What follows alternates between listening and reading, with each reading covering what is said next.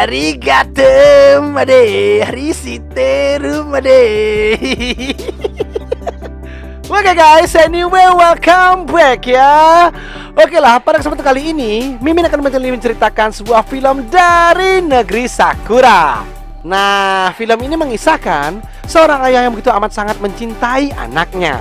Namun karena sesuatu hal, ia pun tak mampu menahan gejolak ular pitonnya yang berbisa. Oke lah, karena sebentar lagi Mimin ada janji main futsal bersama si Madun. You guys, kita kocok alur ceritanya. Au! Au, au, au. Arigato.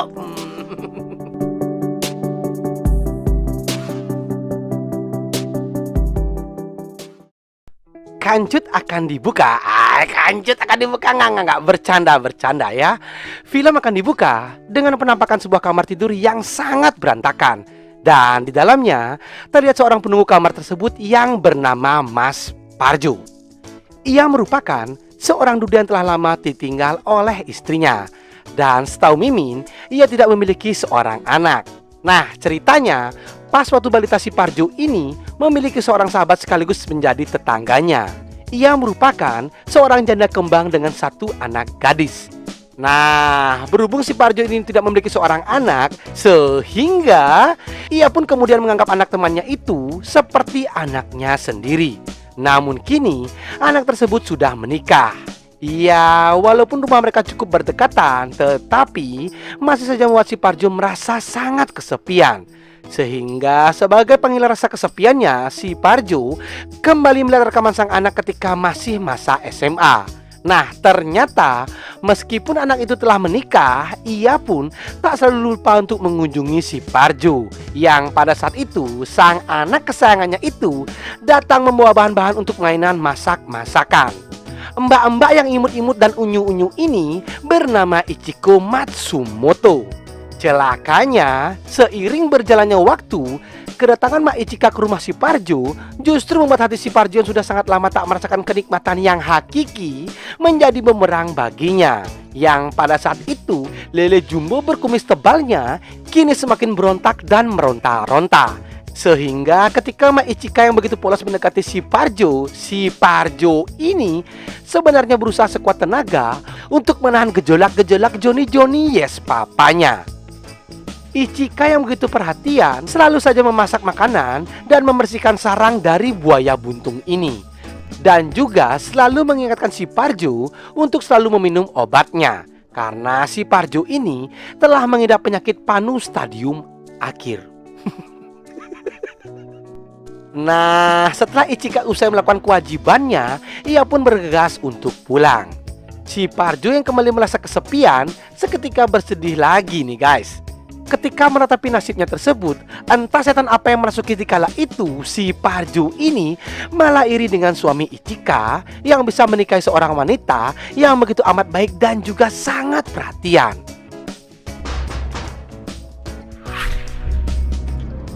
Pada malam harinya, si Parjo ini dikejutkan dengan kedatangan si Ichika yang secara mendadak. Karena tumben-tumbennya ia mengunjungi si Parjo pada malam hari. Dan terlihat Ichika pun begitu sangat bersedih.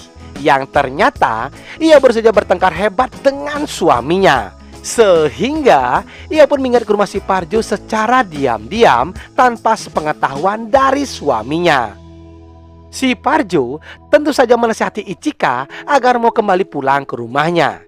Cilakanya Ichika ini pengen tinggal di sini dulu, setidaknya untuk 1 malam saja. Dan kemudian ia pun bergegas untuk mandi. Si Parjo pun berinisiatif memberikan handuk kepada Ichika. Dan ia pun menaruh handuk itu di luar kamar mandi. Namun si Parjo melihat bayang-bayang Ichika yang memancing adrenalinnya untuk keledut-keledut seketika membuat pikirannya menjadi traveling ke sana kemari yang Mimin sendiri enggak tahu. Sudah barang tentu, ia pun memutuskan untuk mengendus-endus pemungkus segitiga bermuda milik Ichika. Parjo. Celakanya dari kejadian itu seketika membuat ular piton tak bersisik miliknya kini telah terbangun dari tidur panjangnya. Nah, saat Ichikan sedang tertidur lelap, si Parjo ini secara diam-diam masuk ke kamar sembari membawa sebuah kamera. Sehingga tanpa ditanya lagi, akhirnya si Parjo buaya buntung ini memaksa Ichikan untuk berklokat-kloket hingga keringat mereka pun bercucuran.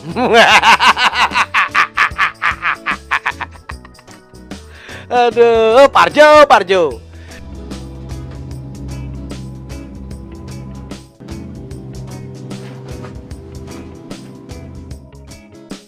Seminggu telah berlalu, terlihat suami Ichika datang ke rumah si Parjo. Sudah barang tentu maksud kedatangannya untuk mencari istrinya dan curhat bahwa minggu kemarin ia bertengkar hebat dengan Ichika. Dan hingga sampai sekarang Ichika pun belum kembali pulang. Ia pun juga berusaha menanyakan ke tetangga sebelah. Sampai-sampai satu kabupaten pun tidak mengetahui informasi mengenai Ichika. Liciknya si Parjo ini justru malah tak mengakui kalau Ichika kini telah disekap olehnya. Dan saking lelahnya mencari istrinya semalaman, ia tak sadar kalau ada sepatu Ichika di sampingnya. Melihat hal tersebut, si Parjo pun kemudian segera membuang sepatu Cinderella itu. Beberapa abad telah berlalu, suami Ichika itu pun kembali mendatangi si Parjo. Sekarang terlihat suami Ichika sudah sangat putus asa. Di sana si Parjo pun kemudian memperlihatkan rekaman Ichika ketika masih SMA. Sedangkan si Parjo ini mencoba untuk menenangkan ular pitonnya dengan cara kembali menjelajahi kedalaman gua keramat milik Ichika.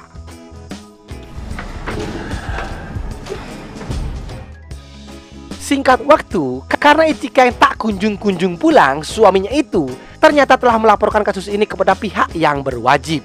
Dan polisi pun saat ini telah mencurigai si Parjo. Ini semua terungkap karena si Parjo yang saat ini sangat ketakutan. Akhirnya ia pun kemudian melepaskan Ichika dan menyuruhnya untuk kembali pulang.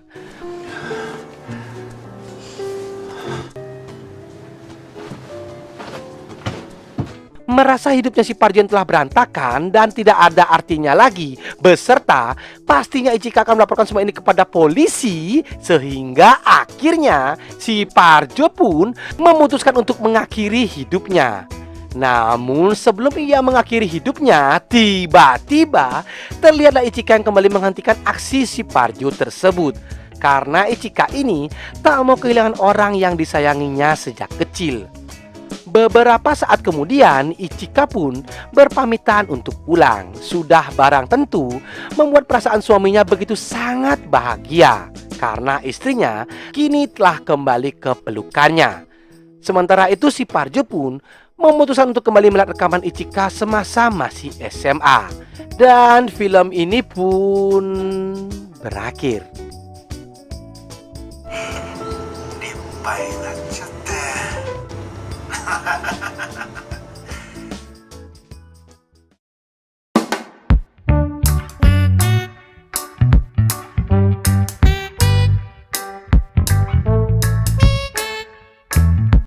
Oke guys, begitulah cerita film kali ini ya. Wah, emang si Parjo emang ini orang tua yang benar-benar ya ada plus minusnya juga ya. Tapi dia begitu sayang pada anaknya ya.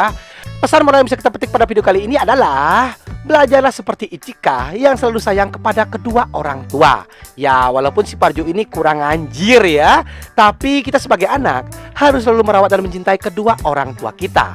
Oke lah, bagi teman-teman yang mau request film, silakan tulis di kolom komentar. Atau kalau ada film-film rekomendasi dari negeri Sakura, silakan tulis di kolom komentar lagi ya. Mohon maaf jika saya ada salah kata. Saya undur diri. See you next video and bye-bye.